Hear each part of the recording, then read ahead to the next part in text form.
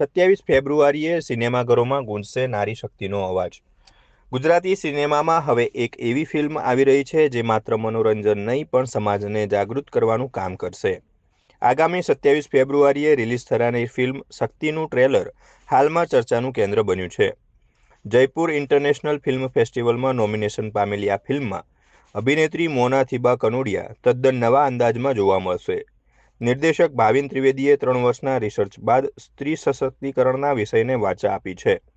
શોષણ અને અન્યાય સામે લડતી મહિલાઓની આ ગાથા શું સમાજમાં પરિવર્તન લાવશે?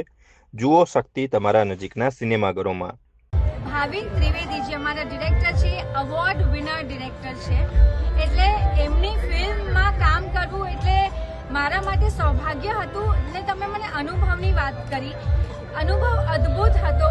વર્કશોપથી લઈને શૂટિંગ સુધી પહેલી વખત નો મેકઅપ લુક કર્યું છે અને જે રીતે ભાવિનભાઈ કલાકારોમાંથી જે એક્ટિંગ કઢાવે છે ને એ બહુ અનોખી રીત છે. મેં આટલી બધી ફિલ્મો કરી પણ આ ફિલ્મમાં એક અલગ પ્રકારની અનુભૂતિ થઈ, એક અલગ પ્રકારનું સેટિસ્ફેક્શન મળ્યું છે અને આશા કરું છું કે પ્રેક્ષકોને અમે જે બહુ જ પ્રેમથી મહેનતથી આ ફિલ્મ શક્તિ બનાવી છે, પ્રેક્ષકો અમને ખૂબ આશીર્વાદ અને પ્રેમ આપશે. વાર્તા એક આપણા રાજ્યની છે, આપણા સમાજની છે અને સ્ત્રી સશક્તિકરણ ઉપર આખી ફિલ્મ છે જેમાં બધા કલાકારોએ બહુ સારો અનુભવ કર્યો છે અને બહુ કઠિન હોય છે આવા સબ્જેક્ટ ઉપર. ડિરેક્શનને વાર્તા તો ઠીક છે પણ એક અભિનય તરીકે, એક કલાકાર તરીકે આવી ફિલ્મોમાં અભિનય કરવો અને પોતાના પાત્રને ન્યાય આપવો એ ખૂબ જ કઠિન હોય છે.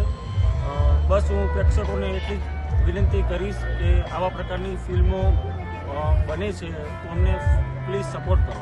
ખાસ કરીને વિચાર કેવી રીતના આવ્યો આ મૂવી બનાવવાનો, ખાસ કરીને શક્તિ? હા, હું રાઇટર બી છું એટલે અમારા માઇન્ડમાં આવું જ ચાલતા હોય છે, સબ્જેક્ટ ચાલતા હોય છે. પછી ધીમે ધીમે સબ્જેક્ટને રિસર્ચ કરી ડેવલપ કરીને એક આખી પ્રોસેસ હોય છે કે જે 2-3 વર્ષે સ્ક્રિપ્ટ લખાતી હોય છે અને પછી સારા પ્રોડ્યુસર અમને જ્યારે આવે છે ત્યારે અમે ફિલ્મને ઓન ફ્લોર લઈ જઈએ. નમસ્કાર, મારું નામ દિનેશ લાંબા છે અને હું ગુજરાતી ફિલ્મ ક્ષેત્રે છેલ્લા 1997થી કાર્યરત કહી શકાય ને. બોલિવૂડમાં પણ છે. હું બોલિવૂડમાં મેં 60 ફિલ્મો કરી છે, 11 તામિલ ફિલ્મ કરી છે, 6 મલયાલમ ફિલ્મ કરી છે, 7 ભાષામાં મેં કામ કર્યું છે અને 40 એડ છે મારી.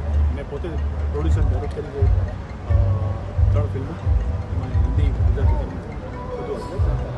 મેં આપ જોઈએ ને તો ઘણા બધા અલગ અલગ વિષયો પર એટલી બધી વસ્તુ કરી છે પણ આ ગુજરાતીમાં એક પહેલો વિષય એવો હતો કે એક ડાયરેક્ટર હટીને કામ કરવા માગતો હતો.